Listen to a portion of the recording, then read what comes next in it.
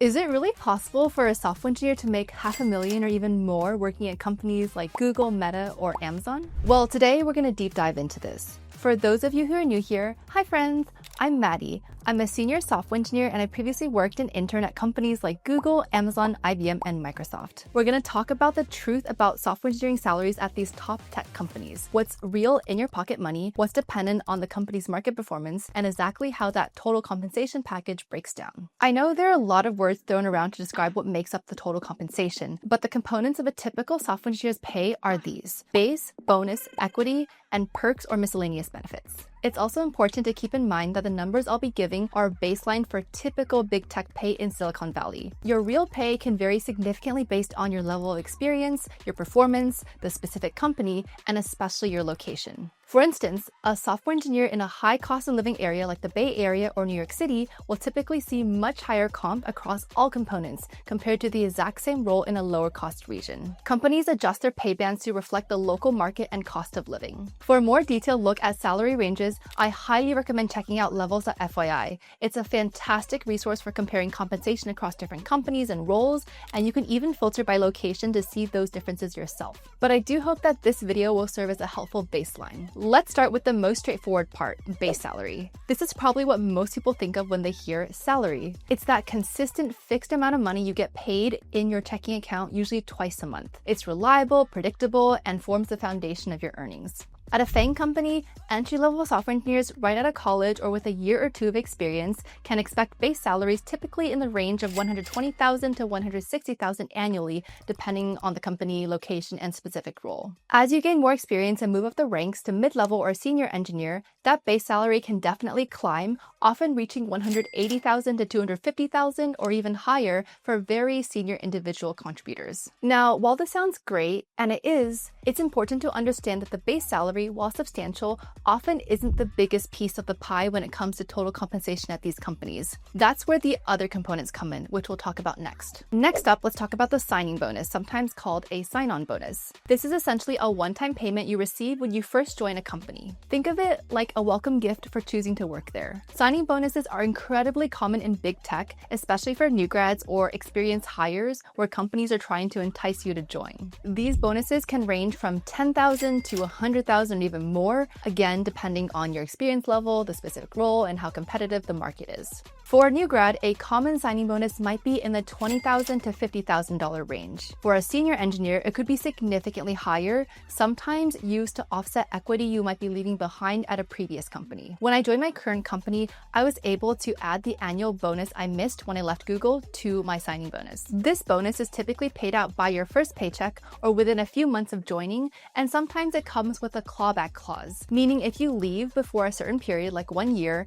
you might have to pay back a prorated portion. So always be sure to read the fine print. But it's a fantastic way to get a lump sum upfront, which can be extremely helpful for things like relocation expenses, a down payment, paying off student loans, or just building up your savings. Next, let's move on to something that can really boost your annual earnings, the performance bonus. This is an annual bonus tied to your individual performance, your team's performance, and the company's overall performance. It's designed to incentivize you to do great work and contribute to the company's success. Most big tech companies have a target performance bonus, usually expressed as a percentage of your base salary. This target can be anywhere from 10% to 25% or even more of your base depending on your level. Google's target, for example, is 15%. So if your base salary is $150,000 and your target bonus is 15%, you're looking at a $22.5K target bonus. Now keep in mind, this is a target. Your actual bonus can be higher or lower depending on how well you performed throughout the year and how profitable the company was. If you're a top performer, you might get a significant bump on top of your target bonus. If it was a tough year for the company, even if your performance was good, it could be less than your target. Now let's talk about the arguably most impactful component where those $500,000 to $1 million figures often come from: equity, specifically stock grants or restricted stock units or RSUs. This is essentially ownership in the company given to you as part of your comp. Here's how it generally works. When you join, you'll be granted a certain value of RSUs. For example, you might be granted $200,000 worth of stock over 4 years. This stock typically vests over a period, most commonly those 4 years,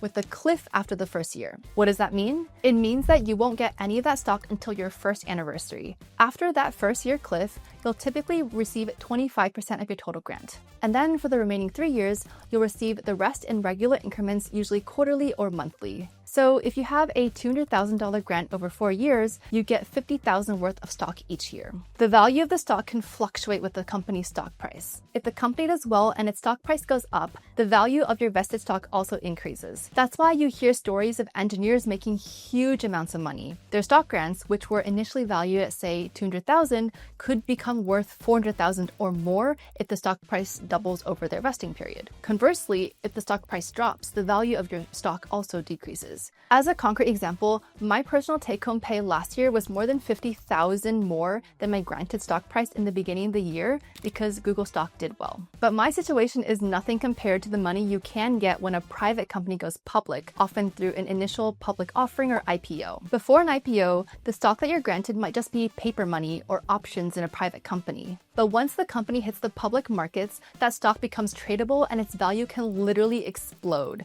turning employees into millionaires overnight. And even established public companies can have explosive stock growth like Nvidia. It's the ultimate payoff for betting on a company. Stock grants are a huge part of the allure of joining a fast-growing startup or a highly anticipated private tech company. For new grads, initial stock grants can be anywhere from $50,000 to $150,000 over 4 years. For experienced engineers, especially at senior and above levels, these grants can be substantially higher, often $200,000 to $500,000 or even $1 million over 4 years. So, as you can see, equity often dwarfs your base salary. This is where the exponential growth in comp really happens. Beyond the direct financial components, let's not forget the perks and benefits. While they don't directly add to your take-home pay in the same way, they represent significant value and can save you a lot of money. For example, many of these companies offer top-tier health, dental, and vision insurance for you and your family, often with very low or no premiums. Some also provide gym memberships, wellness stipends, and mental health resources. I personally went to the Google gym almost every single day, even on weekends, while I was at Google, and got a lot of free therapy.